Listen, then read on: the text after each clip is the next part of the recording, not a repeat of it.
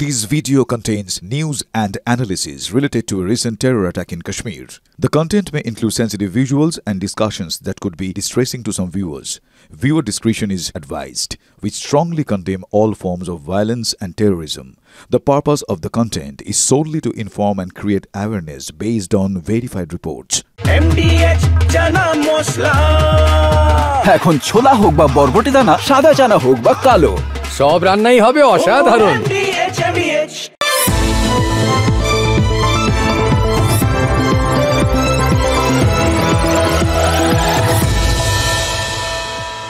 জীব দিয়েছেন যিনি, আহার দেবেন তিনি, অথবা যে খায় চিনি তারে যোগায় চিন্তামণি। এই দুটোর কোনো একটা প্রবাদ নিশ্চয়ই বলতে চেয়েছিলেন একেন্দ্র সেন, মানে ওই বিখ্যাত একেন বাবু, কিন্তু দুটো মিলিয়ে মিশিয়ে একদম গুবলেট করে বসেছিলেন। দেখুন, কথায় কথায় এরকম ভুল একেন বাবুরই তো ট্রেডমার্ক, এবং সেটা লোকে হজমও করে, আনন্দও পায়। কিন্তু মন্টুরাম পাখিরা, তিনি তো একেন্দ্র সেন নন, তিনি তৃণমূলের নেতা, কাকদ্বীপের বিধায়ক। দিব্যি তিনি ওই বলে না তাঁত বুনে খাচ্ছিলেন, তার হঠাৎ এঁড়ে গরু কেনার শখটা হলো কেন? দেখুন, মন্টুরাম কয়েকদিন আগে বলেছিলেন গন্ডায় গন্ডায় বাংলাদেশি ঢুকছে দেশে, আর সুন্দরবনের বিভিন্ন এলাকায় অবৈধভাবে তারা ঘর সংসার পেতে দিব্যি থেকে যাচ্ছে।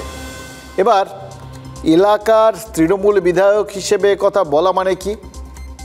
যে অনুপ্রবেশ বিতর্কে রাজ্য সরকার বা প্রশাসন সবসময় একটা ডিস্টেন্স মেনটেন করতে চায়, মানে নিজেদের ঘাট থেকে দায়টা কেন্দ্রের ঘাড়ে ঠেলে দিতে চায়, সেই রাজ্য সরকার বা প্রশাসনকেই চাপে ফেলে দেওয়া, সেটা কি মন্টুরাম বোঝেননি? অবশ্যই বুঝেছিলেন।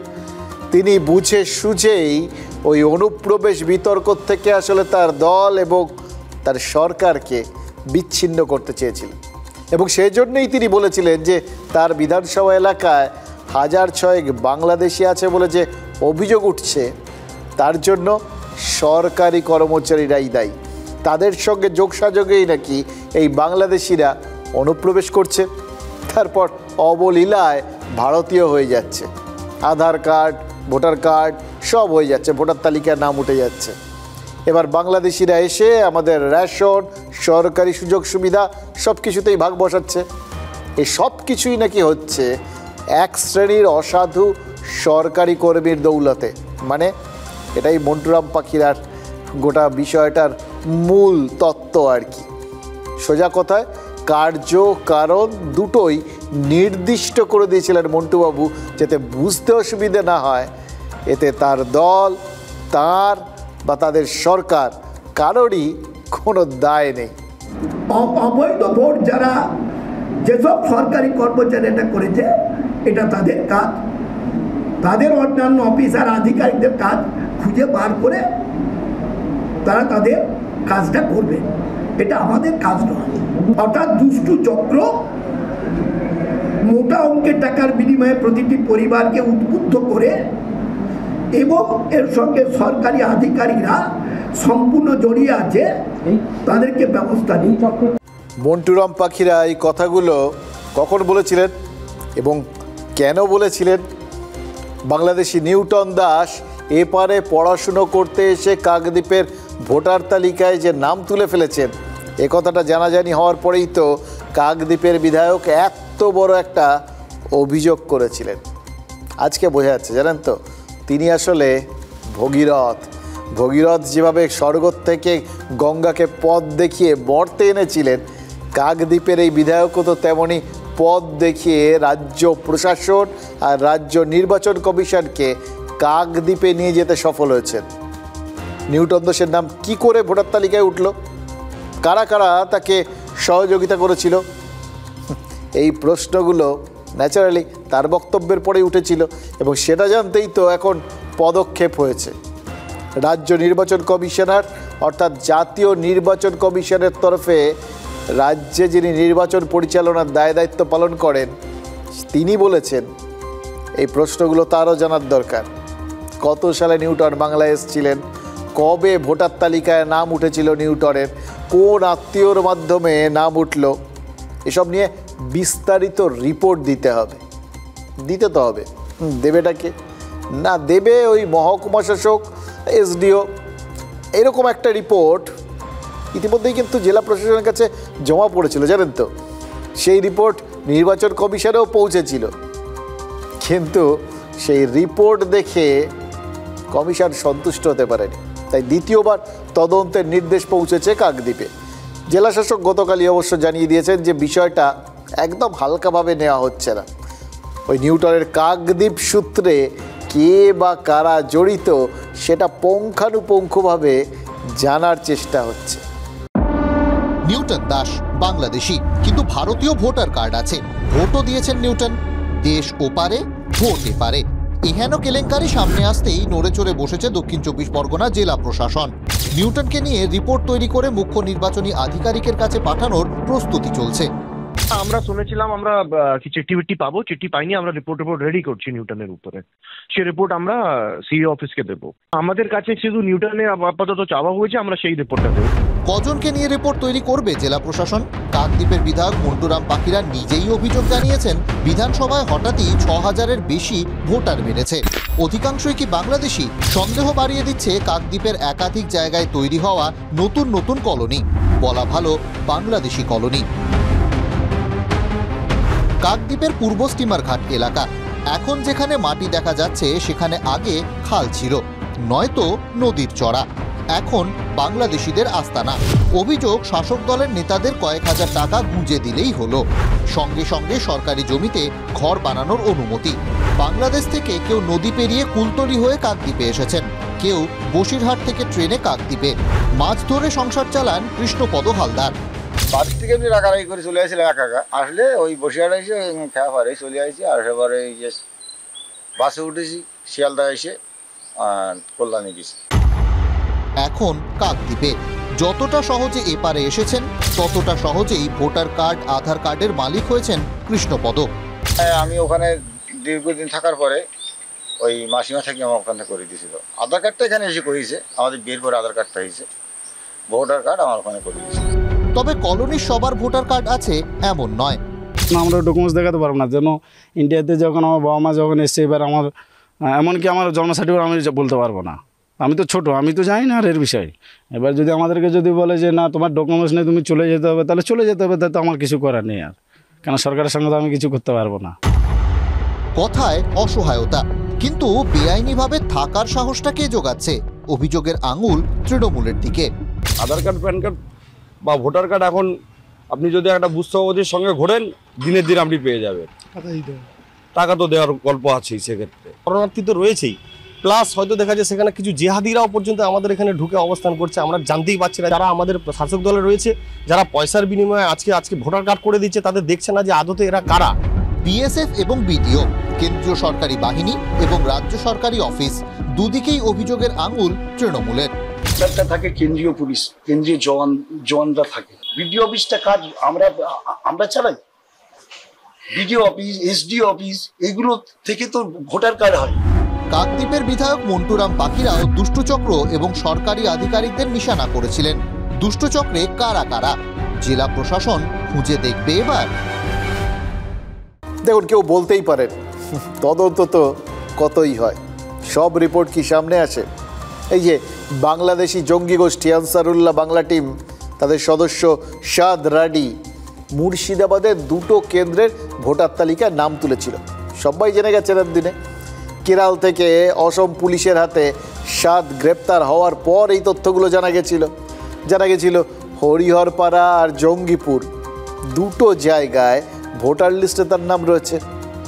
এবার কে শাদের নাম ভোটার তালিকায় তুলতে সাহায্য করেছে সেটা জানতেও তো তদন্তের নির্দেশ দিয়েছিল নির্বাচন কমিশন। জেলা পর্যায়ে তদন্তও হয়েছিল, কিন্তু তারপর বছর তো ঘুরতে চললো, রিপোর্টটা আছে কোথায়? নিউটনের বিষয়েও কিন্তু অনুসন্ধান যে তেমন করে লোকচক্ষুর আড়ালেই থেকে যাবে না, তার কি কোনো গ্যারান্টি আছে? দেখুন, একটা কথা তো ঠিক, এই সমস্ত ব্যাপারে কি হবে কি হবে না সেটা আপনার আমার পক্ষে বলাও সম্ভব না, জানাও সম্ভব না।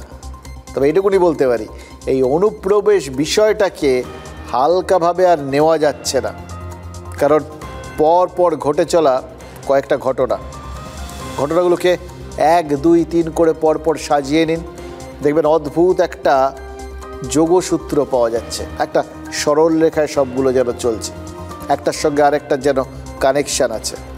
একটু গুছিয়ে বলি আপনাদের, এক দুই করে আপনার পরপর ঘটনাগুলো বলছি, আপনারা পরপর বসিয়ে নিন। মুর্শিদাবাদে হিংসা হয়েছে কতদিন হলো? মাস দুয়েক হয়েছে। যে ঘটনায় জড়িতদের বিরুদ্ধে গতকাল সবে প্রথম চার্জশিট পেশ করেছে পুলিশ, সেই ঘটনা কি সেটা আপনারা জানেন।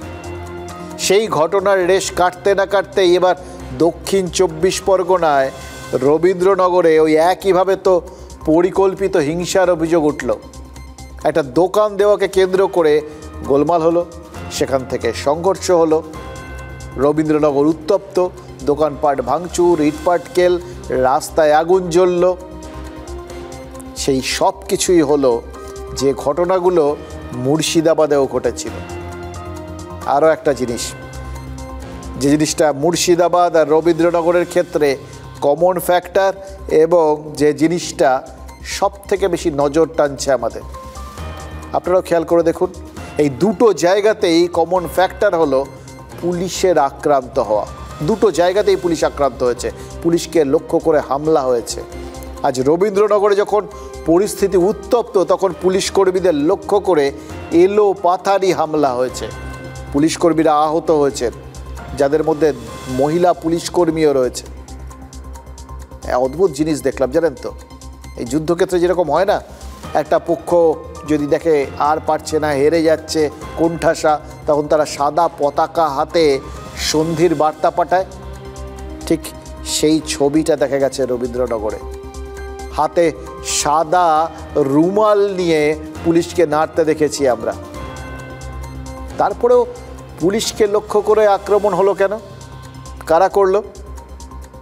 আর এইখানেই একটা অদ্ভুত নতুন জিনিস, এটা তো নতুন ধারা।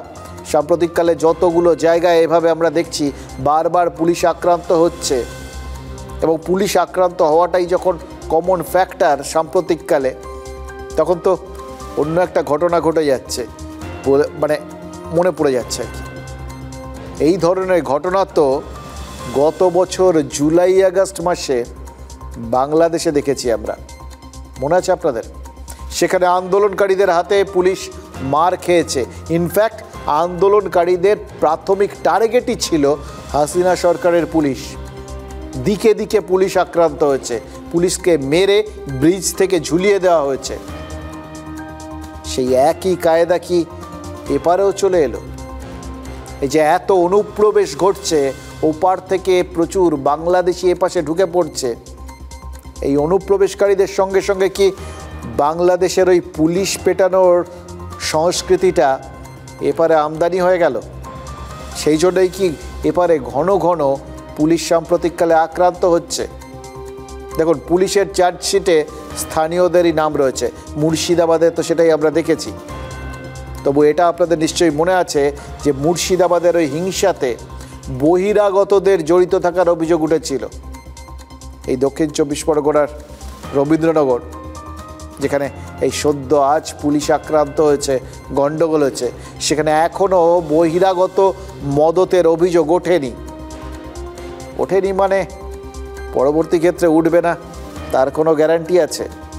এবং সব থেকে বড় কথা, যে জিনিসটা মানে এই ধরনের অভিযোগগুলো ওঠার প্রাথমিক পর্যায়ে, প্রথম ধাপ, সেই রাজনৈতিক তরজা চাপানুতর, এগুলো তো শুরু হয়ে গেছে। কলকাতার কাছে 10 কিলোমিটার দূরে অত্যাচার, আগামীকাল বিধানসভা চলতে দেওয়া হবে না। দুটো গোষ্ঠী একটা পাড়াতে, একটা ক্লাবে, একটা সব জায়গাতেই একটু মতপার্থক্য হয়ে একটা অপ্রীতিকর ঘটনা, খারাপ ঘটনা 100 বার, কিন্তু সেটা আমরা আরো বাড়াবো। প্যারামিলিটারি ফোর্স ডিপ্লয়েড করতে হবে। পুলিশ ফেল, পুলিশ আহত হয়েছে, পুলিশও জখম হয়েছে, কিন্তু পুলিশ কিন্তু দায়িত্বশীল ভূমিকা পালন করেছে। পুলিশ এমন কোনো কাজ করেনি যাতে মানুষ আরো সেই ঘটনাগুলো আরো গভীরতর চেহারা নিতে থাকে। ফলে পুলিশের উপর আস্থা রাখুন। পুলিশ আপনাকে বাঁচাতে পারবে না, মমতা বন্দ্যোপাধ্যায়ের পুলিশ বাঁচাতে পারবে না।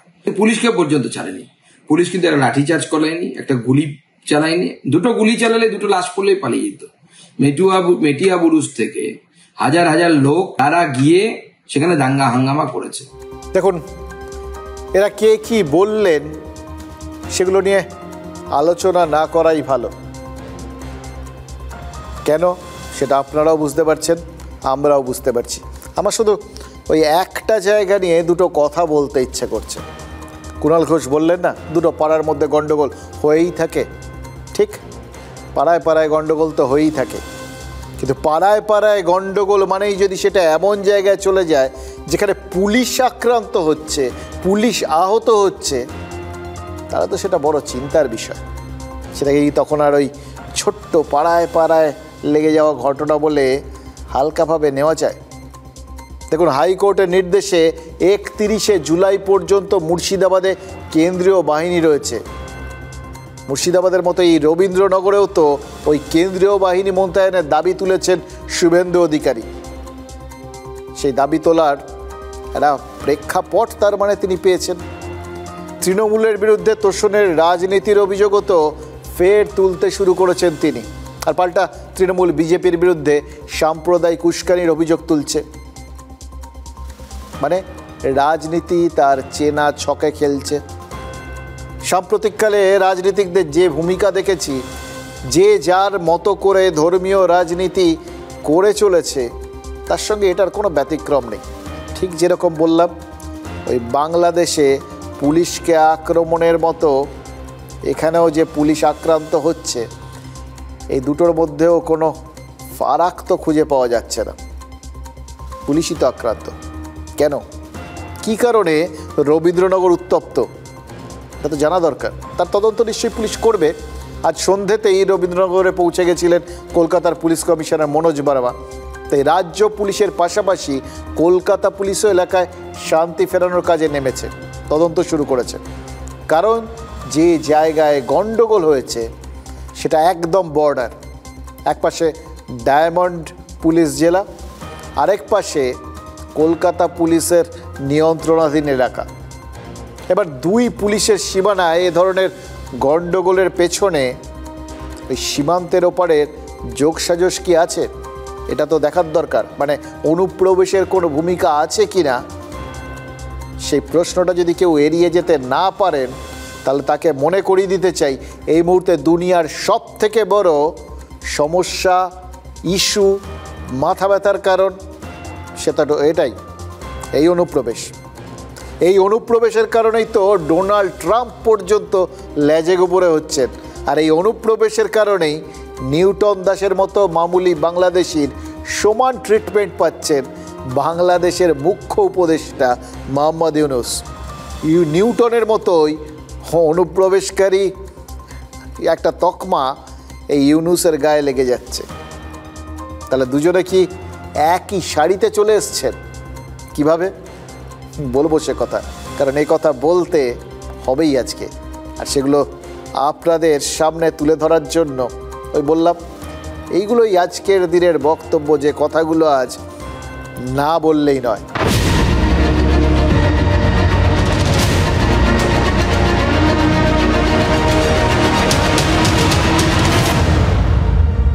দেখুন, বাংলাদেশের নাগরিক নিউটনের মতোই অনুপ্রবেশকারী ট্রিটমেন্ট যে পাচ্ছেন তার দেশের অন্তর্বর্তী সরকারের প্রধান, সেটা আপনাদের বললাম।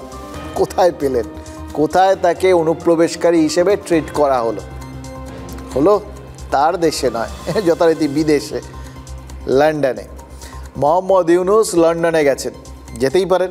তিনি বাংলাদেশের অন্তর্বর্তী সরকারের প্রধান হওয়ার পর থেকে তো ঘুরেই বেড়াচ্ছেন। এই 9 মাসে এই নিয়ে 11 বার বিদেশে গেলেন। তো ঠিক আছে, এটা নিয়ে বিশেষ মাথা ঘামিয়ে লাভ নেই, কারণ এমনিতে তার যা পয়সা করি, তিনি যেভাবে বিত্তশালী, তাতে 11 বার কেন 22 বার তিনি নিজের পয়সা যেতে পারেন। এটা নিয়ে আলাদা করে কথা বলে কোনো লাভ নেই। কিন্তু এখন কেন যাচ্ছেন সেটা একটু ভেবে দেখা দরকার। যাচ্ছেন নিজের গদি শক্ত করতে, কিন্তু লন্ডনে যা হলো তা তো এর আগে জাপান ছাড়া আর কোথাও হয়নি। অথবা এভাবেও দেখতে পারেন, জাপানের মতো লন্ডনেও তো একই কাণ্ড ঘটল। ইউনূস লন্ডনে পৌঁছানোর পর থেকে প্রবাসী বাংলাদেশিরা সেখানে বিক্ষোভ দেখাতে শুরু করে দিয়েছেন। এমন একটা সময় ইউনূসকে ব্রিটেন থেকে চলে যেতে বলা হচ্ছে যখন আটলান্টিকের উল্টো পারে অনুপ্রবেশকারীদের তাড়াতে আদা জল খেয়ে নেমেছেন ডোনাল্ড ট্রাম্প। আর লন্ডনে ওখানকার অভিবাসী, ওখানকার প্রবাসী বাংলাদেশিদের দেখে মনে হচ্ছে তারাও একদম আদা জল খেয়ে নেমেছেন ইউনূসকে ওই দেশ থেকে তাড়াতে। একদম পরিষ্কার গো ব্যাক, একবারে পরিষ্কার তাকে বিশ্বাসঘাতক তকমা দিচ্ছেন। এবং সত্যি কথা বলতে কি, তারা শুধু যে ইংল্যান্ড থেকে, লন্ডন থেকে ইউনূসকে তাড়াতে চাইছেন তা তো নয়, তারা সরাসরি স্লোগান তুলছেন, বক্তব্য রাখছেন ইউনূসকে বাংলাদেশ থেকেই চলে যেতে হবে। একই রকম কড়া ভাষায় একই কথা তো বলছেন ডোনাল্ড ট্রাম্প। অবৈধভাবে যারা আমেরিকায় রয়েছেন তাদের অবিলম্বে আমেরিকা ছাড়তে হবে। এদের খুঁজতে ট্রাম্প প্রথমে পুলিশ নামিয়েছিলেন, হলো না। তারপর মার্কিন সেনার রিজার্ভ ফোর্স হিসেবে পরিচিত ন্যাশনাল গার্ডকে নামিয়েছিলেন। ভাবুন, 60 বছর পর ন্যাশনাল গার্ড নেমেছে, আপনাদের বলেছিলাম সেই মার্টিন লুথার কিংয়ের সময়। আজ আবার খবর এলো, এতদিন ভাবনা চিন্তা স্তরে ছিল যেটা আপনাদের বলছিলাম মেরিন নামাতে পারেন, ট্রাম্প কমান্ডো নামিয়ে দিয়েছেন। আমেরিকার সেনার নর্দার্ন কমান্ড জানিয়েছে ইউএস মেরিন যারা লাদেনকে মারতে যে নেভি সিলস পাকিস্তানে গেছিল, ওবামা পাঠিয়েছিলেন, সেই ইউএস নেভি সিলসকে, মেরিনকে লস অ্যাঞ্জেলসে পাঠিয়েছেন ট্রাম্প। এই মেরিন কমান্ডোরা কখন নামেন? যখন সব থেকে বড় একটা বিপদ আসে অথবা সব থেকে কঠিন একটা অভিযান হয়, তখন এরা দায়িত্ব পান। আপনাদের খেয়াল আছে, ভারতের তরফে জানানো হয়েছিল যখন ভারতের 3 বাহিনীর প্রধানরা একসঙ্গে এই পাকিস্তানের সাথে সংঘাতের পর একসাথে মিডিয়া ফেস করেছিলেন, প্রেস কনফারেন্স করেছিলেন, তখন তারা পরিষ্কার করে দিয়েছিলেন শেষ পর্যন্ত ভারতের যে বাহিনী এগিয়েছিল পাকিস্তানের দিকে সেটা তাদের নৌবাহিনী। এবং এর আগে নৌবাহিনী যখন এগিয়েছিল তখন পাকিস্তান 2 টুকরো হয়েছিল, এই বাংলাদেশের জন্ম হয়েছিল। আর এবার যদি নৌবাহিনী শেষ পর্যন্ত আক্রমণটা শানাতো তাহলে পাকিস্তান 4 টুকরো হয়ে যেত। সুতরাং বুঝতে পারছেন নৌবাহিনীর গুরুত্ব। সেই নৌবাহিনীকে আমেরিকায় নামিয়ে দিয়েছেন ট্রাম্প নিজের দেশের ভেতর কিছু অনুপ্রবেশকারী সমস্যা সামলাতে। কি অবস্থা ভাবুন তো। এমনিতে আমেরিকানরা একটু ভীতু জাত, জানেন তো, ওরা এখনও বাইরে গিয়ে যেখানে যুদ্ধ করতে যায় সেখানে মার খায়, কিন্তু বড় বড় কথা আছে, কিন্তু ভয় পায় ভীষণ। ওই টুইন টাওয়ার যখন হয়েছিল তখন তারা এত ঘাবড়ে গেছিল সে তো কহতব্য নয়। আমেরিকার প্রেসিডেন্ট তার নিজস্ব সোশ্যাল মিডিয়া হ্যান্ডেল লিখেছেন তিনি যদি বাহিনী না পাঠান তাহলে নাকি লস অ্যাঞ্জেলসকে পুড়িয়ে ছারখার করে দেবে অনুপ্রবেশকারীরা। ভাবুন তো কি কনফিডেন্স। অন্যের বিষয়ে মধ্যস্থতার বড়াই করে এই মানুষটাই 2 দিন আগে নোবেল শান্তি পুরস্কার পর স্বপ্ন দেখছিলেন, ভাবা যায়। হ্যাক ফোনে যিনি ভারত পাকিস্তানের ওই লড়াইকে থামিয়ে দিয়েছেন বলে দাবি করছিলেন, তিনি কিনা নিজের দেশে একটা অনুপ্রবেশের সমস্যা সামলাতে, কিছু বিক্ষোভকারীর বিক্ষোভ সামলাতে একেবারে লেজে গোবরে হয়ে গেলেন। আর লেজে গোবরে শুদ্ধ হলেন তা তো নয়, এমন সব তার জন্য কামান দাগতে শুরু করলেন। দেখুন, মশা মারতে কমান দাগার কথা তো আমরা শুনেছি, কিন্তু এখানে এই বিক্ষোভ সামলাতে কমান্ডো নামানো এটা তো কখনো শোনা যায়নি। সেটাই তো কাণ্ডটা করলেন ট্রাম্প। আর তার এই পদক্ষেপে তিনি কি ওই যে নোবেল জয়ের স্বপ্ন দেখছিলেন, নোবেল শান্তি পুরস্কার, সেই স্বপ্নটাকে ওই সুনিতা উইলিয়ামসকে পাঠানোর মতো করেই হারা উদ্দেশ্যে মহাকাশে পাঠিয়ে দিলেন। সুনিতা তো তাও ফিরতে পেরেছেন। এই স্বপ্নের তো আর ধরাধামে ফেরার কোনো সম্ভাবনা দেখছি না, জানেন তো। ভারত পাক ছিল একটা রিমোট সমস্যা, দূরের ব্যাপার, ঘরের না। একটা ফোন করেছিলেন, এই বলে তিনি মোটামুটি সামলে দেওয়ার কথা বলেছিলেন। কিন্তু এটা তো ঘরের সমস্যা। নিজের দেশে শান্তি বজায় রাখতে হবে, নিজের দেশ, নিজের দেশের মানুষ, তাদের সামনে দেখাতে হবে যে তিনি পারেন, সামলাতে পারেন। এইসবই যদি সামলাতে তার এই অবস্থা হয়, এইভাবে ভয় দেখাতে হয়, থ্রেট করতে হয়, কমান্ডো নামিয়ে অনুপ্রবেশকারীদের দেশ থেকে তার উপায় খুঁজতে হয়, এবং সব থেকে বড় কথা, হ্যাঁ, কোথাও গিয়ে তাকে তো দেখছি মনে হচ্ছে মুখেরও মারিতক জগৎ, খালি বলছেন গো ব্যাক গো ব্যাক। এই গো ব্যাক স্লোগান তো ওই মোহাম্মদ ইউনুসও শুনেছেন। লন্ডনের ওই প্রবাসী বাংলাদেশিরা ইউনুসের বিরুদ্ধে যে বিক্ষোভ দেখিয়েছেন, সেটা তো এই গো ব্যাক স্লোগান তুলেই। বললাম একটু আগে, সব কীরকম জুড়ে যাচ্ছে না? ভাবুন তো, যে মানুষটাকে কদিন আগেও বাংলাদেশের পরিত্রাতা হিসেবে দেখানো হচ্ছিল, সেই মানুষটা কিভাবে এরকম ক্ষোভের কেন্দ্রবিন্দুতে চলে এলেন। দেখুন, শেখ হাসিনার সরকারের একদম শেষের দিকে তখন বাংলাদেশে আওয়ামী লীগের বিরুদ্ধে প্রচুর ক্ষোভ তৈরি হয়েছিল, এটাই বাস্তব। দীর্ঘদিন ক্ষমতায় থাকা, এটার তো একটা কিছু সাইড এফেক্ট আছে, তাই না? তাই শাসকের বিরুদ্ধে স্বজন পোষণ, চুরি জোচ্চুরি, দুর্নীতিকে প্রশ্রয় দেওয়া, বহু অভিযোগ উঠেছিল। বাংলাদেশে গণতান্ত্রিক ব্যবস্থাকে ধ্বংস করে দিয়েছে আওয়ামী লীগ, নির্বাচনকে ঠাট্টার জায়গায় নামিয়ে এনেছে, এটাই তো সবাই অভিযোগ করছিলেন। সবাই বিশ্বাস করতে শুরু করেছিলেন এটা, এবং এটা বিশ্বাস করছিলেন যে এটা স্বৈরাচারী শাসন কায়েম করেছে আওয়ামী লীগ। এই অভিযোগটা উঠেছিল। সে সময় বহু বাংলাদেশিকে আমরা তো বলতে শুনেছিলাম তারা আওয়ামী লীগকে ঘৃণা করেন।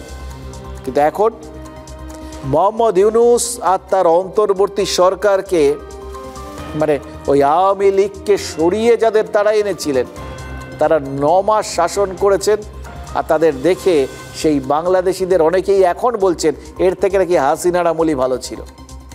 কি কাণ্ড ভাবুন।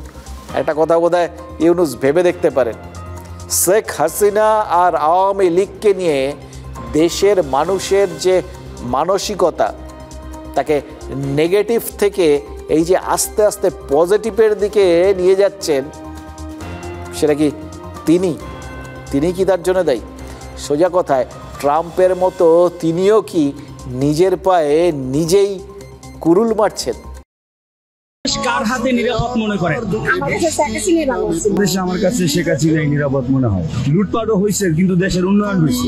17 বছর আগে আপনি দেখেন কি ছিল, আর এখন ঢাকা শহর দেখেন, কিন্তু দেশের অনেক উন্নয়ন হয়েছে। আমরা সরকার তো ভালো খাইতে পারছে, খাইতে পারতেছি না। শেখ হাসিনা হাতেই বাংলাদেশ কার হাতে নিরাপদ মনে করেন? শেখ হাসিনার কাছে। সাবেক প্রধানমন্ত্রী শেখ হাসিনা উন্নয়ন করছে ভালো, আবার নিরাপত্তা দিচ্ছে ভালো। আচ্ছা, কেন সাধারণ বাংলাদেশিদের মনে হচ্ছে যে এর থেকে আওয়ামী লীগের শাসন ভালো ছিল? মনে হচ্ছে তার কারণ কয়েকটা ছবি। মনে হচ্ছে তার কারণ যে ছবিগুলো দেখে কোথাও গিয়ে হয়তো বাংলাদেশের সাধারণ মানুষের মনে হচ্ছে তারা আসলে ঠকেছেন, তাদের আসলে ঠকানো হয়েছে, তারা আসলে ওই পুতুল নাচের পুতুল হয়ে গেছেন, আড়াল থেকে কেউ তাদের আসলে নাচিয়েছে। এই ছবিগুলো গত কয়েকদিন ধরে লাগাতার দেখাচ্ছে বাংলাদেশের বিভিন্ন সংবাদ মাধ্যম। এই ছবিগুলো ভাইরাল হচ্ছে সোশ্যাল মিডিয়ায়। ছবিগুলো কিসের ভাবছেন তো? ছবিগুলো কিছু স্নাইপার রাইফেল, আপনারা জানেন ওই রাইফেলগুলোর ওপর বায়নাকুলার লাগানো থাকে। অনেক দূর থেকে নিখুঁত লক্ষ্যে গুলি করার জন্য এই বন্দুক ব্যবহার করা হয়। সাধারণত কোনো দেশের সেনা বা আধা সেনার কাছে এই ধরনের স্নাইপার থাকে, সাধারণ মানুষের তো পাওয়ার কথাই না।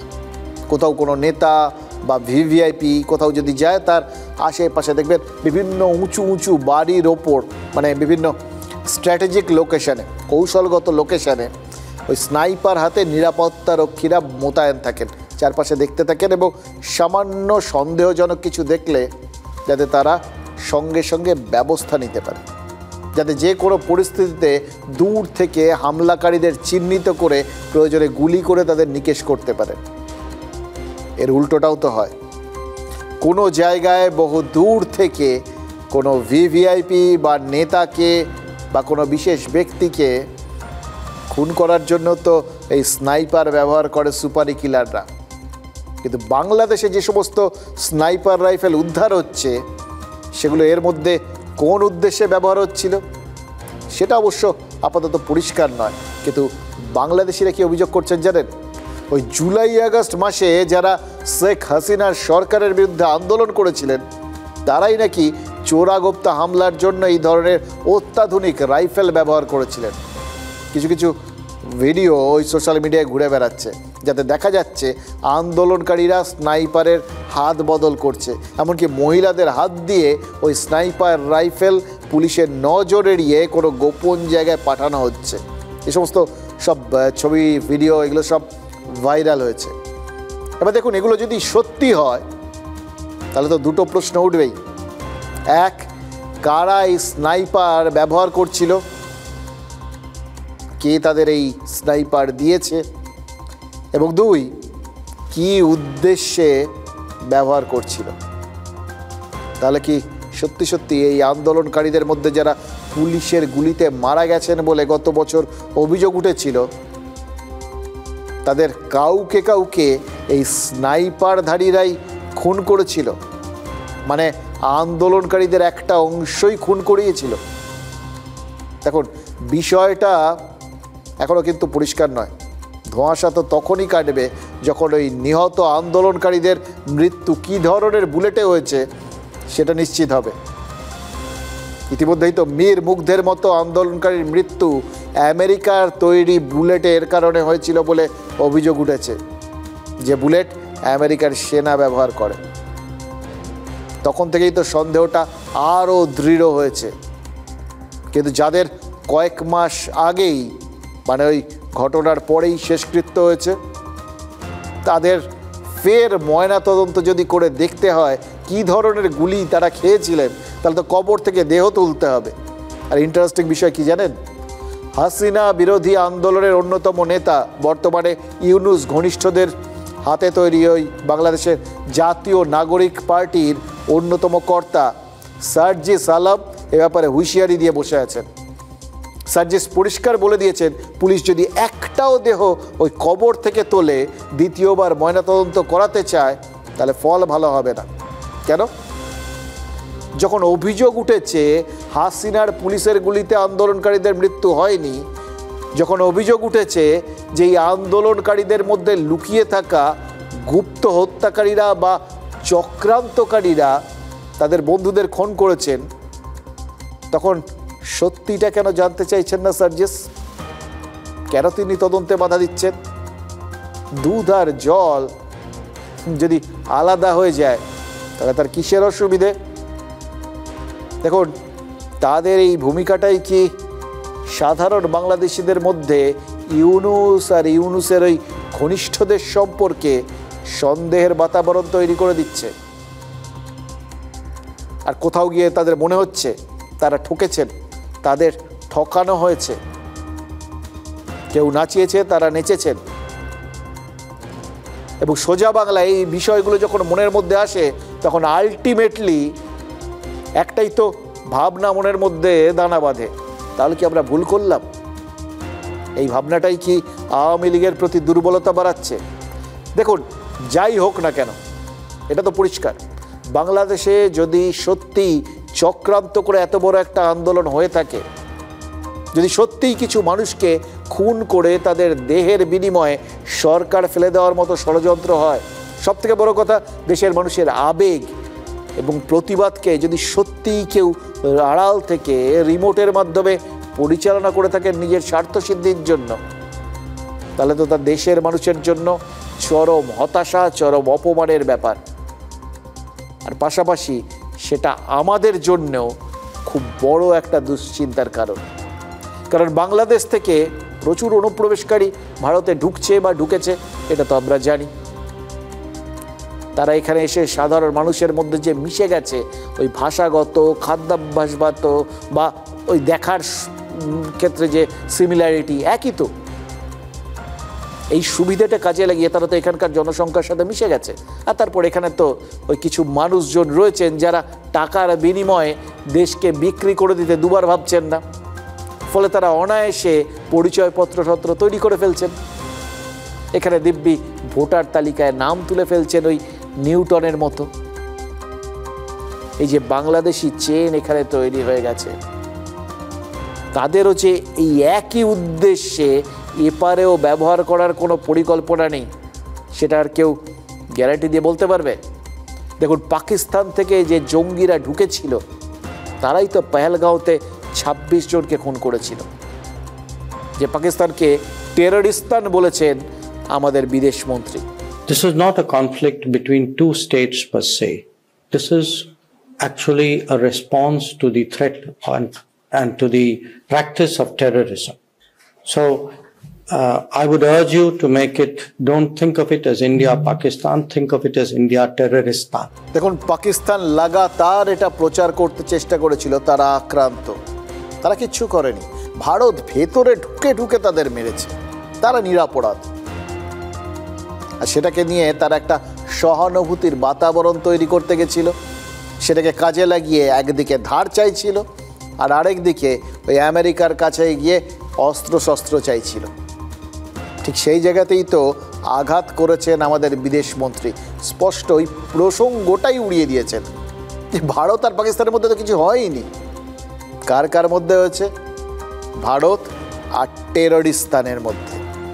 বেলজিয়ামের রাজধানী ব্রাসেলসে গেছিলেন আমাদের বিদেশ মন্ত্রী, সেখানেই ইউরোপীয় ইউনিয়নের প্রতিনিধিদের প্রশ্নের উত্তর দিতে গিয়ে জয়শঙ্কর বলেছেন, পেহেলগাঁওতে হামলার পর থেকে ভারত যা যা পদক্ষেপ করেছে, যে ব্যবস্থা নিচ্ছে, সেগুলো যেন ওই পাকিস্তানের বিরুদ্ধে পদক্ষেপ বা ব্যবস্থা বলে ধরা না হয়, যেন মনে রাখা হয় এগুলো সবই টেররিস্তানের বিরুদ্ধে ভারতের জবাব।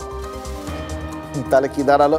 এই যে ভারত এই আঘাতগুলো হেনেছে, যে ছবিগুলো চারপাশে এখন প্রকাশিত হয়েছে, ওগুলো পাকিস্তানের ছবি না, ওগুলো টেররিস্তানের ছবি। টেররিস্তানে আঘাত তো হানা যায়। এর আগে অনেকেই তো পাকিস্তানকে সন্ত্রাসের আতুর ঘর বলেছেন, অনেকেই বলেছেন পাকিস্তানের সব থেকে ভালো যে দুটো জিনিস উৎপাদন হয়, সে দুটো জিনিসের মধ্যে একটা হলো জঙ্গি, আরেকটা হলো ভিক্ষুক। দুনিয়া জুড়ে এই পাকিস্তানের জঙ্গি আর ভিখারিদের রমরমা। পাকিস্তান এই দুটো জিনিসই রপ্তানি করে, কিন্তু এইভাবে পাকিস্তানকে টেররিস্তান বলার কাজটা সম্ভবত ভারতই শুরু করলো, এবং ভারত বুঝিয়ে দিল পাকিস্তানকে সন্ত্রাসবাদীদের আশ্রয়দাতা প্রশ্রয়দাতা হিসেবেই দেখছে ভারত, সবার সেভাবেই দেখা উচিত। আর তাই অপারেশন সিঁদুর আপাতত স্থগিত থাকলেও, সামরিক অভিযান আপাতত বন্ধ থাকলেও শেষ তো হয়নি। আর আরেকটা জিনিস তো পাশাপাশি চলছে, সেটা ওই অপারেশন সিঁদুরেরই নন কাইনেটিক পার্ট, কূটনৈতিক এবং পরোক্ষ যুদ্ধ। এটা তো একদমই বন্ধ হয়নি। তারই একটা পার্ট হচ্ছে ওই সিন্ধুর জলবন্টন যে চুক্তি, সেটাকে আপাতত স্থগিত করে দেওয়া। স্থগিত করা মানে আসলে সিন্ধুর জল পাকিস্তানে বয়ে যাওয়াটা স্থগিত করা। দেখুন, এই জলটা সরাসরি আটকানোর কি উপায় হতে পারে? বাঁধ দিয়ে জল পুরোপুরি আটকে দেওয়া, অথবা সেই জলকে ঘুরিয়ে অন্যদিকে নিয়ে চলে যাওয়া। সরাসরি আটকালে কিছু বক্তব্য রাখতে পারে পাকিস্তান, আন্তর্জাতিক মহলে কিছু প্রতিক্রিয়া হতে পারে। সেই জন্যেই কেন্দ্রীয় সরকার সিদ্ধান্ত নিয়েছে যে সিন্ধুর জল পাকাপাকিভাবে জম্মু আর কাশ্মীরের উন্নয়নে ব্যবহার করা হবে। এমনভাবে খাল কেটে কেটে সিন্ধুর থেকে জল বিভিন্ন দিকে বইয়ে দেওয়া হবে, একদম ওপরের ফ্লো থেকেই, যাতে প্রথম কথা বলা হচ্ছে যেটা, যে জম্মু আর কাশ্মীরের কৃষকরা সিন্ধুর জল সারা বছর ব্যবহার করতে পারবে, আর একই সঙ্গে জলবিদ্যুৎ তৈরি হতে পারবে, সেটা ওই জম্মু কাশ্মীরের জন্যই ব্যবহৃত হবে। মানে পুরো এলাকার উন্নয়নের জন্য একটা উন্নয়নমূলক পরিকল্পনা। আর যেটা বলা হচ্ছে না, যদি সত্যিই ওই ওপরের ধারায় বিভিন্ন খাল কেটে জলকে নানান দিকে বইয়ে দেওয়া হয় সেগুলো দিয়ে, তাহলে তো এমনিতেই ওই সিন্ধুতে আর কোনো মূল ধারায় কোনো জলই যাবে না। তাহলে পাকিস্তানে গিয়ে পৌঁছবে কি? যেটুকুনি যেতে যেতে যাবে সেটাও আর পরবর্তী ক্ষেত্রে বিভিন্ন রকম আরও বিভিন্ন নালা টালা কাটা হবে, বিভিন্ন ড্যাম তৈরি হবে। এর জন্য একদিকে যেরকম গভীর জলাধার তৈরির সিদ্ধান্ত নিয়েছে কেন্দ্র, তেমনি সিন্ধুর জল ব্যবহার করে পাঁচখানা জলবিদ্যুৎ প্রকল্প চালু করার পরিকল্পনাও নেওয়া হয়েছে। এই ধরনের সিদ্ধান্তগুলোই তো বুঝিয়ে দিচ্ছে ভারত দীর্ঘমেয়াদী পরিকল্পনা করেছে। সিন্ধুর জল চেয়ে পাকিস্তান এখন যতই কাকুতি মিনতি করুক, যতই ভারত সিন্ধুর জল দিচ্ছে না বলে আমেরিকা, ব্রিটেন বা রাশিয়ার মতো দেশকে মধ্যস্থতা করতে বলুক, ছিঁড়ে ভিজবে না। ভারত এখন যা করছে ভবিষ্যতেও তাই করবে। এটাই চলবে যতদিন পর্যন্ত পাকিস্তান এই জঙ্গিদের মদদ দেওয়া বন্ধ না করবে।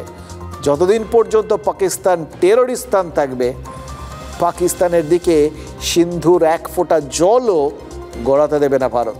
टेरर और टॉक एक साथ नहीं हो सकते। टेरर और ट्रेड एक साथ नहीं चल सकते, और पानी और खून भी एक साथ नहीं बह सकता। पानी का डाइवर्शन जरूर हमारे वाटर वर्क्स जो हमारे डिपार्टमेंट है जल शक्ति मंत्रालय वो विचार कर रहा है कि पानी का दोहन हम कैसे करें, कितना करें। अभी हमारे जितने प्रोजेक्ट्स चल रहे हैं उसके बिजली के सारे प्रोजेक्ट्स एजरी चल रहे हैं, उसमें कोई दिक्कत नहीं है। नए प्रोजेक्ट्स जो लगने वाले हैं उसमें वाटर स्टोरेज बढ़ाने की बात आएगी, वो हम बढ़ाएंगे। ভারতের এই মনোভাবকে কি শিক্ষামূলকভাবে বাংলাদেশ কাজে লাগানোর কথা ভাববে? দেখুন, ভারতের বিরুদ্ধে কোনো রকম চক্রান্তে মদদ দিলে কি হতে পারে ইউনুসদের কিন্তু এবার শিখে নেওয়া উচিত।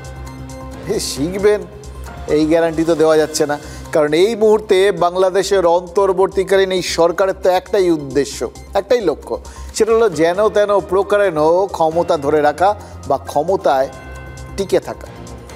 এবার সেটা করতে গেলে তাদের ফেভারিট পাস টাইম বা ফেভারিট স্ট্র্যাটেজি যেভাবেই বলুন না কেন, সেটা হচ্ছে ভারত বিদ্বেষ বেচা, দেশের মানুষকে ভারত বিদ্বেষী করে তোলা। তার জন্য যা যা স্টেপ নিতে হয় সেটা নেওয়ার চেষ্টা করছেন। এপ্রিলের আগে ভোট হবে না বলে একদিকে যেমন ওই সময় পর্যন্ত ক্ষমতায় থাকাটা নিশ্চিত করতে চাইছেন ইউনুস, তেমনই তো এপ্রিলের পরেও যাতে বাংলাদেশের রাজনীতিতে প্রাসঙ্গিক থাকা যায় তার চেষ্টাও করছেন। এই যে লন্ডনে গেছেন, শোনা যাচ্ছে লন্ডনে গিয়ে ইউনুস নাকি বেগম খালেদা জিয়ার ছেলে বিএনপির নেতা তারেক রহমানের সাথে বৈঠক করবেন, যে বিএনপি ডিসেম্বরেই ভোট করতে হবে বলে গোঁ ধরেছিল এবং এখনও আছে, যে বিএনপি গত কয়েক মাসে অন্তর্বর্তী সরকারের বিরুদ্ধে তাদের নেতাদের মিথ্যে অভিযোগে ফাঁসানোর অভিযোগ করছিল, সেই বিএনপির নেতা তারেকের সাথে ইউনুস কেন বৈঠক করবেন? তিনি কি কাঁটা দিয়ে কাঁটা তুলতে চান? একদিকে মানুষের মধ্যে, মানে বাংলাদেশের মানুষের মধ্যে আওয়ামী লীগ যখন প্রাসঙ্গিক হচ্ছে, অন্যদিকে শেখ হাসিনা সহ আওয়ামী লীগের বিভিন্ন নেতারা যখন বলছেন তারা নাকি বীরের মতোই বাংলাদেশের প্রত্যাবর্তন করবেন, তখন এই ইউনুসের তারেকের সাথে বৈঠকটা সেটা কি কম তাৎপর্যপূর্ণ? দেখুন, ইউনুস হাসিনা ফিরতে পারেন এটা ধরে নিয়েই কি ভবিষ্যতের জন্য তৈরি হচ্ছে? আর সেই জন্যেই, সেই ভয়টাই কি তিনি দেখাচ্ছেন তারেককে? যতই তার ঘনিষ্ঠরা রাজনৈতিক দল তৈরি করুক, ইউনুস কিন্তু জানেন মূলধারার রাজনীতিতে আওয়ামী লীগকে একমাত্র বিএনপি টক্কর দিতে পারে। তাই কি তিনি ভবিষ্যতের কথা ভেবে শেখ হাসিনার দলের মোকাবিলার জন্য খালেদা জিয়ার বিএনপিকে ব্যবহার করতে চাইছেন, কোনো সমঝোতা যেতে চাইছেন? কারণ ওই যে বললাম, কাঁটা দিয়ে কাঁটা তোলার বিষয়টা রাজনীতিতে বহুল প্রচারিত এবং জনপ্রিয়, এবং কাঁটা দিয়ে কাঁটা তোলার ওই ফর্মুলাটা ওপারের মতো এই বাংলাতেও একইভাবে পরীক্ষিত এবং প্রযুক্ত। এখনো মনে হয় তৃণমূল কংগ্রেসের মেম্বারশিপ নেয়নি, তিনি সরাসরি তৃণমূল কংগ্রেসের সাধারণ সম্পাদক পদে চলে আসলো। এটা বুঝতে হবে না, উনি এতদিন পর্যন্ত কাসেম সিদ্দিকী সম্পর্কে বাজে মন্তব্য করে গেছে, গতকালকের পর থেকে তাকে সম্মান দিয়ে কথা বলতে হবে। নওশাদ সিদ্দিকীর কথাটা শুনলেন, শুনে মনে হলো না তার গলায় তার রাজনৈতিক প্রতিপক্ষ শওকত মোল্লার জন্য হঠাৎই কি পরিমাণ সহানুভূতি এসে ভিড় করেছে? নাকি এটা কাঁটা ঘায়ে নুনের ছিটে দেওয়া? কাসেম সিদ্দিকী রাজনীতিতে এসছেন কতক্ষণ হলো? 72 ঘন্টাও হয়নি। সোমবার বিকেলে কাসেমের নাম তৃণমূলের রাজ্য সাধারণ সম্পাদক হিসেবে ঘোষণা করা হয়েছে। আর এর মধ্যে দুবার কাসেম সিদ্দিকীর নাম করে শওকত মোল্লাকে সতর্ক করে দিয়েছেন ভাঙড়ের বিধায়ক। যদিও পরামর্শ দেওয়ার ঢঙেই আজ নওশাদকে তো বলতে শুনলাম, কাসেম সিদ্দিকী যেহেতু রাজনীতিতে পা রাখতে না রাখতেই এরকম দলের সাধারণ সম্পাদকের মতো একটা পদ পেয়ে গেলেন, রাজ্য সাধারণ সম্পাদক, সেহেতু এতদিনের রাজনীতিবিদ, এতদিনের বিধায়ক শওকত মোল্লাকে কাসেম সিদ্দিকীকে কিন্তু বিশেষ সম্মান দিয়ে কথা বলা দরকার। দেখুন, কাসেম সিদ্দিকীকে তৃণমূল কেন দলে টেনেছে তাতে একটা সহজ সরল উত্তর আছে, সেটা খুব পরিষ্কার। ঠাকুরনগরের মতুয়া পরিবারের মতোই ধর্মীয়ভাবে গুরুত্বপূর্ণ ফুরফুরার পীর পরিবারে তৃণমূল পা রেখেছে ভোটের কথা ভেবেই। যে সংখ্যালঘু ভোট তৃণমূলের পক্ষে আছে, ভাঙড় ছাড়া রাজ্যের প্রায় প্রত্যেকটা জায়গায় যে সংখ্যালঘু ভোট গত বিধানসভা নির্বাচনে তৃণমূলের মুখে হাসি ফুটিয়েছে, সেই সংখ্যালঘু ভোটকে ধরে রাখাটা নিশ্চিত করার জন্য তো বটেই, হয়তো ভাঙড়কেও পুনর্দখলের উদ্দেশ্যে কাসেম সিদ্দিকীকে সরাসরি রাজনীতিতে এনে ফেলেছে রাজ্যের শাসক দল। এবার এতে কোনো অন্যায় তো সত্যি সত্যিই নেই। প্রত্যেকটা দলই তো নিজের শক্তি বাড়ানোর জন্য প্ল্যান প্রোগ্রাম করে, কি আর কবে চায় যে তার শক্তি ক্ষয় হোক। ফুরফুরার পীর পরিবারে রাজনীতি, সেটাও তো নতুন কিছু না, ওই রাজনীতিকে ঢুকিয়েছেন তো নওশাদ। এবার নওশাদকে হারাতে ফুরফুরায় শরিকি সংঘাত বাঁধাতেই পারে তৃণমূল কংগ্রেস। এটা চেনা স্ট্র্যাটেজি, ঠাকুরনগরে আমরা দেখেছি, এতেও কোনো অন্যায় নেই। কিন্তু তৃণমূল সেটা করায় নওশাদ সিদ্দিকীও তো ওই একই অস্ত্র প্রয়োগ করলেন বলে মনে হচ্ছে, মানে সেই কাঁটা দিয়ে কাঁটা তোলা স্ট্র্যাটেজি। তৃণমূল যদি কাঁটা দিয়ে কাঁটা তুলতে যায়, অর্থাৎ কাশেমকে দিয়ে নওশাদকে হারাতে চায়, তাহলে নওশাদও তো শওকত মোল্লাকে দিয়ে বা কাসেমকে দিয়ে, যাকেই বলুন, কাশেমকে দিয়ে শওকতকে বা শওকতকে দিয়ে কাশেমকে, এটা তোলানোর চেষ্টা করলেন। সোজা বাংলায় কাঁটা দিয়ে কাঁটা তোলার চেষ্টা শুরু করে দিলেন। দেখুন, বাস্তবে দেখা যাচ্ছে একা শওকত নন, তৃণমূলের আরও এক সংখ্যালঘু বিধায়ক ভরতপুরের হুমায়ুন কবিরও কাশেমকে ঠেস মেরে কথা বলছেন। দেখুন, রাজনীতিতে নবাগত কাশেম, এটা তো ঘটনা, কিন্তু কাশেমকে তো নম্বরই দিচ্ছেন না তৃণমূলের দুই সংখ্যালঘু বিধায়ক। কেন? শওকত মোল্লা বা হুমায়ুন কবির কি মনে করছেন যে সংখ্যালঘু ভোট বা সোজা বাংলায় যে শক্তিকে নিয়ন্ত্রণ করার জন্য দলে তাদের গুরুত্ব, কাশেম রাজনীতিতে চলে আসায় সেই শক্তির নিয়ন্ত্রণ তাদের হাতছাড়া হয়ে যাবে, গুরুত্ব কমে যাবে?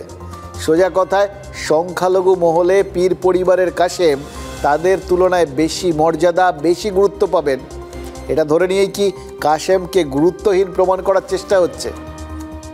তা যদি হয় তাহলে একটা বিষয় তো পরিষ্কার, কাশেম কাঁটা হয়ে নওশাদের পায়ে ফোটার আগে চোর কাটা হয়ে তৃণমূলের গায়েই খোঁচা দিচ্ছেন। তাতে তৃণমূলের কোনো কোল্যাটারাল ড্যামেজ হবে কি হবে না সেটা তো ভবিষ্যৎ বলবে, কিন্তু এটা তো ধরে নিতে হবে নওশাদ কাঁটা দিয়ে কাঁটা তোলার ব্যাপারে খানিকটা হলেও নিশ্চিন্ত হতেই পারেন, আর তাকে নিশ্চিন্ত করছে তৃণমূল। রাজনীতি করাটা অবশ্যই দরকার, তবে দল চয়নের ক্ষেত্রে সংযত হওয়া দরকার ছিল, কারণ চোরের দলে নাম লিখিয়ে দিয়েছে। আমাদের সর্বোচ্চ নেত্রী সিদ্ধান্ত নিয়েছেন। কাসেম সিদ্দিকীকে রাজনীতিতে যদি বলেন, সে অ আ ক খ জানে না, রাজনীতির ABCDও জানে না। যে কাসেম সিদ্দিকী সবচেয়ে বেশি মমতা বন্দ্যোপাধ্যায়কে গালাগালি করত, যে কাসেম সিদ্দিকী সবচেয়ে বেশি তৃণমূল কংগ্রেসকে গালাগালি করত, তৃণমূল কংগ্রেসের প্রত্যেকটা নেতা কর্মীকে চোর বলে প্রতিদিন আখ্যা দিত। লালবাজারের সামনে এই কাসেম সিদ্দিকী অনেক বাজেভাবে রাজ্যের তৃণমূল সরকারকে বা তৃণমূলের নেতৃত্বকে আক্রমণ করেছিলেন, অনেক বাজে বাজে ভাষা বলেছিলেন। এবার পীরজাদা কাসেম সিদ্দিকী কেন তৃণমূলে এলেন? তিনি কি চান? মুসলমানদের উন্নতি। তৃণমূল তাদের দলে কাসেমকে নিল কেন? তৃণমূল কি চায়? মুসলিমদের উন্নতি। তৃণমূল বা কাসেমের প্রতিপক্ষকে ধরে নিলাম নওশাদ সিদ্দিকী, তিনি কি চান? তিনিও চান মুসলিমদের উন্নতি। এমনকি ওই শওকত মোল্লা বা হুমায়ুন কবির যারা একটুখানি বেসুরো বাজছেন তারা কি চান? তারাও কিন্তু সেই মুসলিমদের উন্নতিই চান, মানে সবাই মিলে মুসলিমদের উন্নতি চাইছেন। অথচ মজাটা দেখুন, সবাই সবার বিপক্ষে। এবার উন্নতি চাওয়া মানেই একটা কথা তো পরিষ্কার, উন্নতিটা হয়নি, বাকি আছে, সেই জন্যই তো উন্নতি চাইছেন। আর উন্নয়ন করতে যে লড়াই দেখছি তাদের তো আরেকটা আশঙ্কা উকি দিচ্ছে, অধিক সন্ন্যাসীতে গাজন নষ্ট বলে একটা কথা আছে না, সেই আশঙ্কা। দেখুন, নেতারা আমাদের উন্নতির জন্য লড়াই করলেন এটা প্রবলেম হয়, জানেন তো, এটা বারবার দেখেছি, বিভিন্ন ক্ষেত্রে দেখেছি। তখন লড়াইটাই মুখ্য হয়ে দাঁড়ায়, উন্নতি সেটা আড়ালেই থাকে, ইনফ্যাক্ট দিনের আলো দেখেই না বেশিরভাগ সময়। এই নাগরিকদের উন্নতি কিসে হয়? যে যে জিনিসগুলো বেসিক চাহিদা সেগুলোর ক্ষেত্রে উন্নয়নের মধ্যে দিয়ে, শিক্ষা, স্বাস্থ্য, জীবনযাত্রার অগ্রগতি। এবার যদি দেখা যায় জীবনযাত্রার অগ্রগতিটাই বাদ যাচ্ছে, উন্নয়ন বা উন্নতি সেক্ষেত্রে সম্ভব বলুন তো? দেখুন, কারোর ভালো চাইতে গিয়ে কাউকে পিছিয়ে দেওয়া হচ্ছে না তো। কেন বলছি জানেন? এই প্রশ্নগুলো দানা বাঁধছে, মনের মধ্যে উঠছে। আপাতত দেখুন কি এগোবে আপনি আমি জানি না, কিন্তু খিদিরপুর মেট্রো স্টেশনটা না পিছিয়ে গেছে, এটা পরিষ্কার দেখতে পাচ্ছি। এই খিদিরপুর সংখ্যালঘু সম্প্রদায় অধ্যুষিত, ওখানে সংখ্যালঘু সম্প্রদায়ের আধিক্য। বিজেপি সরাসরি অভিযোগ করছে যে তাদের কথা মাথায় রেখেই নাকি সরকার ওই খিদিরপুর মেট্রো স্টেশন তৈরির জন্য জমি দিচ্ছে না। মেট্রোর জন্য জমি দিতে গেলে নাকি সংখ্যালঘু সম্প্রদায়ের জমি, দোকান এগুলো অধিগ্রহণ করতে হবে, সেটা করতে সরকার রাজি নয়। তাই মেট্রো কর্তৃপক্ষকে সরকার নাকি বলে দিয়েছে খিদিরপুরের জন্য কোনো জমি তারা দিতে পারবেন না, মানে খিদিরপুর স্টেশনের জন্য। এবার দেখুন, বিজেপির মতো করে গোটা ব্যাপারটা বর্ণনা করছে, করবেও, কারণ তাতে বিজেপির ভোট ব্যাংকের অঙ্ক রয়েছে। কিন্তু সরকার তারা ঠিক কোন অঙ্কে জমিটা দিতে পারছে না সেটা কি ক্লিয়ার হচ্ছে? এই যে জোকাত থেকে এসপ্ল্যানেড পর্যন্ত প্রস্তাবিত মেট্রো রুট হওয়ার কথা, তার মধ্যে জোকা থেকে মাঝেরহাট পর্যন্ত অলরেডি মাটির ওপর দিয়ে মেট্রো চলেও এসছে। এবারের পার্ট হচ্ছে মাঝেরহাট থেকে খিদিরপুর, আর তারপর ভিক্টোরিয়া এবং তারপর পার্ক স্ট্রিট আর এসপ্ল্যানেড পর্যন্ত রুট। মাঝেরহাটের পর মাটির তলা দিয়ে খিদিরপুর হয়ে ভিক্টোরিয়া পর্যন্ত মেট্রো যাওয়ার কথা। পাশের গ্রাফিক্সটা দেখুন, পরিষ্কার দেখতে পাবেন, ক্লিয়ার হয়ে যাবে আপনাদের একটু গ্রাফিক্স দেখাই তাহলে বুঝতে পারবেন। এবার এই রুটটা যেখানে পরিষ্কার, সেখানে খিদিরপুরে একটা মেট্রো স্টেশন হওয়ার কথা রুট প্ল্যান অনুযায়ী, অথচ সরকার জমি দিতে পারবে না বলে দেওয়ায় খিদিরপুরে আর মেট্রো স্টেশন হচ্ছে না। যা খবর পাচ্ছি, মেট্রো কর্তৃপক্ষ নাকি মাঝেরহাট থেকে ডাইরেক্টলি ভিক্টোরিয়া, মানে টানা 6 কিলোমিটার টানা লাইন পাতার কাজ শুরু করে দিয়েছে। এবার 6 কিলোমিটার যদি হয়, মানে মাঝেরহাট স্টেশন তারপরেই ভিক্টোরিয়া স্টেশন। এবার খিদিরপুরের মানুষকে তার মানে মেট্রো যদি চড়তে হয়, হয় উল্টো দিকে মাঝেরহাট যেতে হবে, আর না হয়তো সোজা ভিক্টোরিয়া পর্যন্ত আসতে হবে। লাভটা কার হলো আর ক্ষতিটাই বা কার হলো? দেখুন, লাভ ক্ষতির অঙ্ক যে যেরকম কোশ্চেন কষুন, ওসব আমাদের বোধগম্য হবে না, কিন্তু আর যাই হোক, খিদিরপুরের যে কোনো লাভ হলো না এটা গ্যারান্টি দিয়ে বলতে পারি। खिदरपुर लेकर प्रॉब्लम है, I mean we are trying to solve it, let's see. খিদিরপুরে আজকে মুখ্যমন্ত্রী টিএমসি সরকার থেকে এই কথাটা বলা যে তারা জমি দিতে পারবে না, তার মানে এই প্রজেক্টটাকে বাধা দেওয়া। মানুষের বেটারমেন্ট হবে, ভালো হবে। খিদিরপুরে যে মুসলমানরা রয়েছে তাদের কি সুবিধা হবে না যখন এই মেট্রোটা চালু হবে? সেখানে স্টেশনটা না দিলে, জমিটা না দিলে স্টেশন হবে না, স্টেশনটা না দিলে নিশ্চয়ই ততটা অবধি ট্রেনও যাবে না। দেখুন, জমি অধিগ্রহণের একটা নীতি রয়েছে সরকারের, অন্যদিকে জাতীয় স্বার্থে জমি অধিগ্রহণে আদালতেরও একটা নির্দিষ্ট গাইডলাইন আছে। তাহলে সমস্যাটা কোথায়? কেন জমির বন্দোবস্ত করা গেল না? গত মাসে সরকার অফিসিয়ালি মেট্রোকে কেন জানিয়ে দিল খিদিরপুরে জমি দেওয়া যাবে না?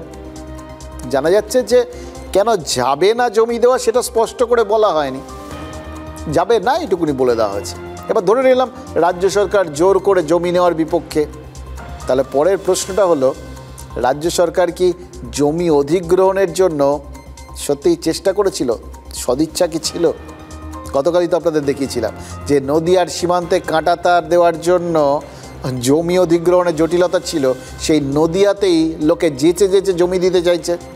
তার একটা কারণ অবশ্যই জমির বেশি দাম, কিন্তু সেটার মানে কি? বেশি দাম তো তখনই দেওয়া হয় যখন নেওয়ার জন্য একটা তাগিদ থাকে, একটা সদিচ্ছা থাকে। আর পাশাপাশি জমি অধিগ্রহণের প্রয়োজনীয়তাটাও সঠিকভাবে বোঝানো যায়। সেটা কেন্দ্র বা রাজ্য যে কোনো সরকারই হয়তো বুঝিয়েছে, অথবা লোকে ঠেকে নিজেই বুঝেছে।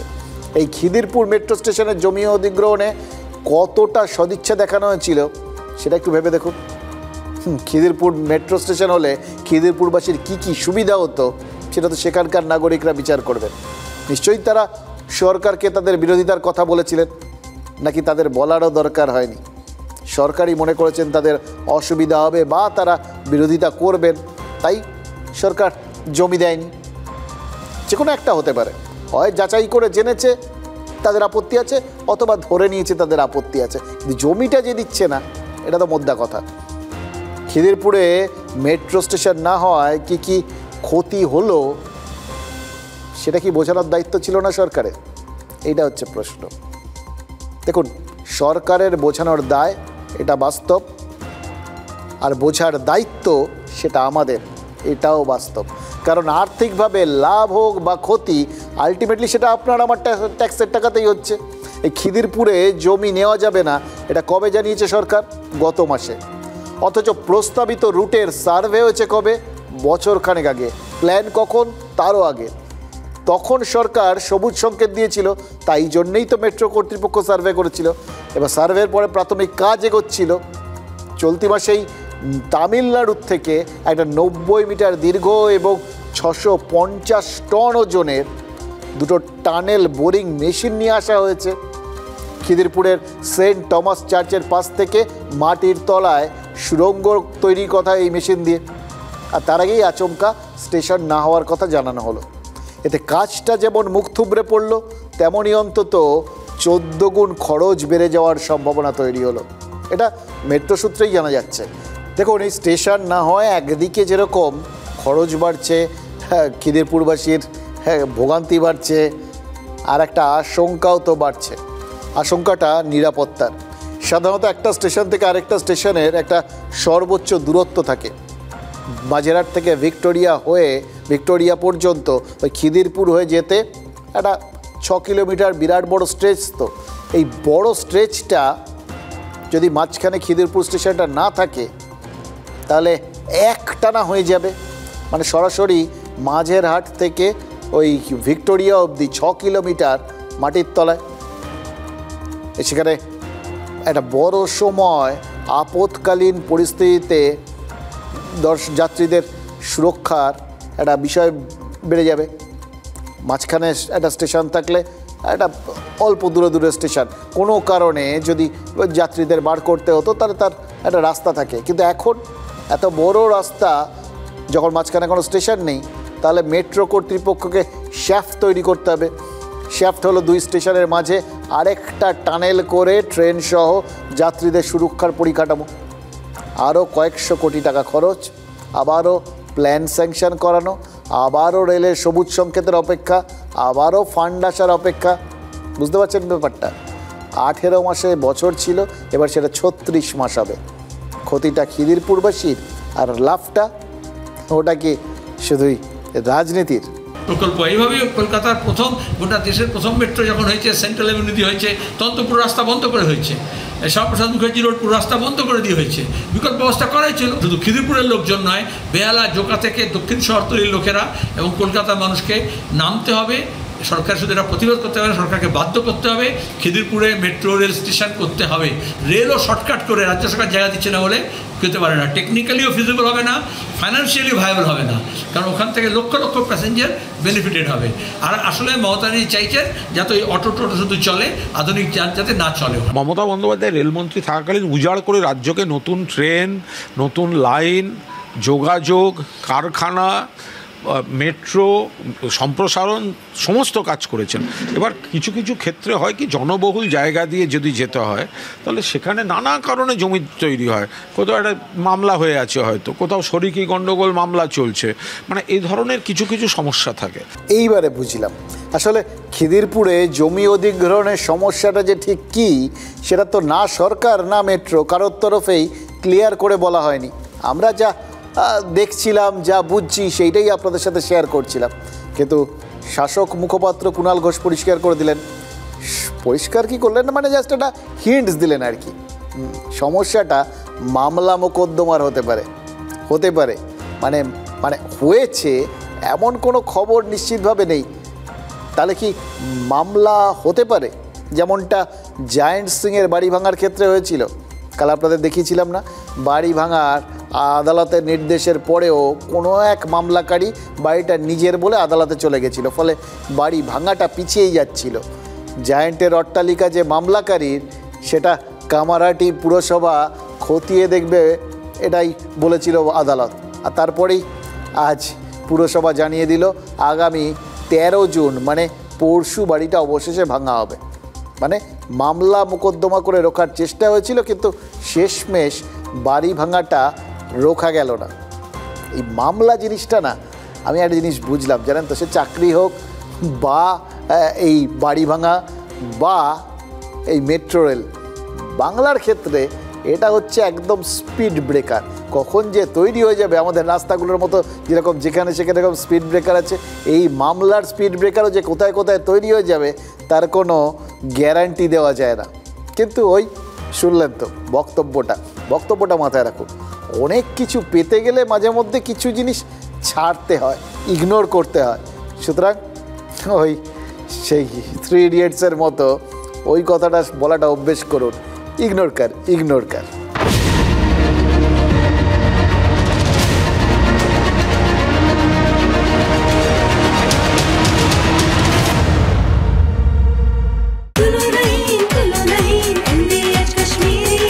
আরে কম দে কিন্তু খাঁটি দে।